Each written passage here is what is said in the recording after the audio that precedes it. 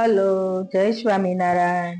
જ્યારે આપણે શહેરમાં રહેતા હોઈએ અને ગામડેથી કોઈ જો આપણે ઘરે આવે અને જે ઋતુ ચાલતી હોય એ ઋતુની બધી વસ્તુઓ લઈને આવે, તો અત્યારે શિયાળો ચાલી રહ્યો છે તો જુઓ, ધાણા છે, ત્યાર પછી આ લીલું લસણ છે, ત્યાર પછી મેથી છે અને મરચા છે અને લીંબુ, આ બધું અમારે ગામડેથી આવ્યું છે અને આપણે આજે એનું બેટર તૈયાર કર્યું છે। તો આપણે છે ને ભજીયા બનાવવાના છે।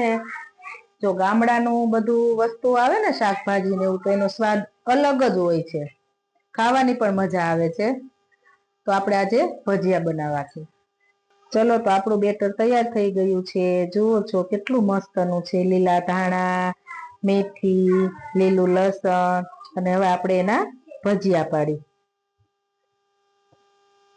ગરમ ગરમ તેલ થઈ ગયું છે તો આપણે હવે એના ભજીયા પાડી લઈએ ને પછી ચટણી સાથે એને આપણે સર્વ કરીએ। જો તમને કોઈને ભજીયા બનાવવા હોય, અમે તો કાઠિયાવાડના છીએ એટલે અમારે તો ભજીયાનું તો બહુ જ, કાઠિયાવાડના લોકો હોય ને એ ભજીયાનું તો બહુ જ એમને હોય। ખેતરમાં જાય, રાત્રે ભજીયા પાડીને ખાય, પછી ઘરે કોઈ બી મહેમાન આવે ને તો ભજીયા પેલા હોય। આ અમારા કાઠિયાવાડની નિશાની છે।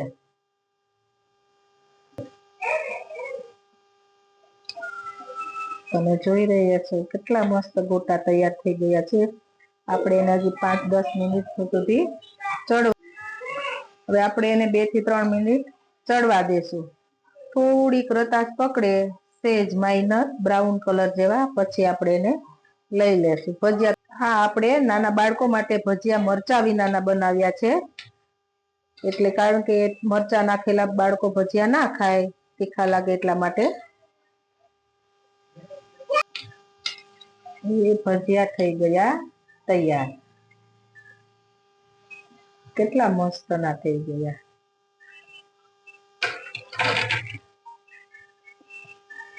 આપણે હવે આમાં મરચા એડ કરી દીધા છે તીખાસ માટે।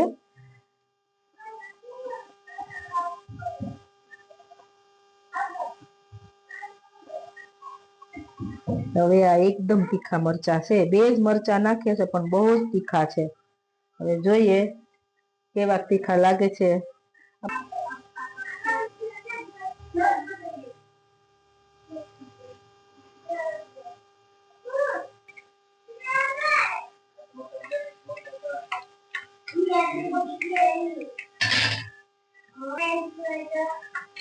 આપણા ભજીયા થઈ ગયા છે તૈયાર। આ છે મરચા વગરના, જે નાના બાળકો માટે છે, અને આપણે આ બીજો ઘાણો ચડી રહ્યો છે એ છે મોટાઓ માટે, એમાં મરચા એડ કરેલા છે।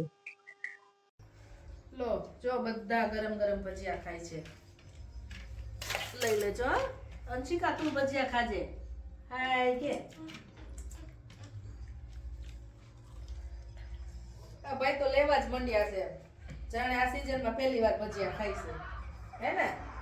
ચલો, ભજીયા પડી ગયા છે, હવે હું પણ ખાવા બેસી ગઈ છું। એકદમ ગરમ ગરમ છે, જુઓ છે ને મસ્ત।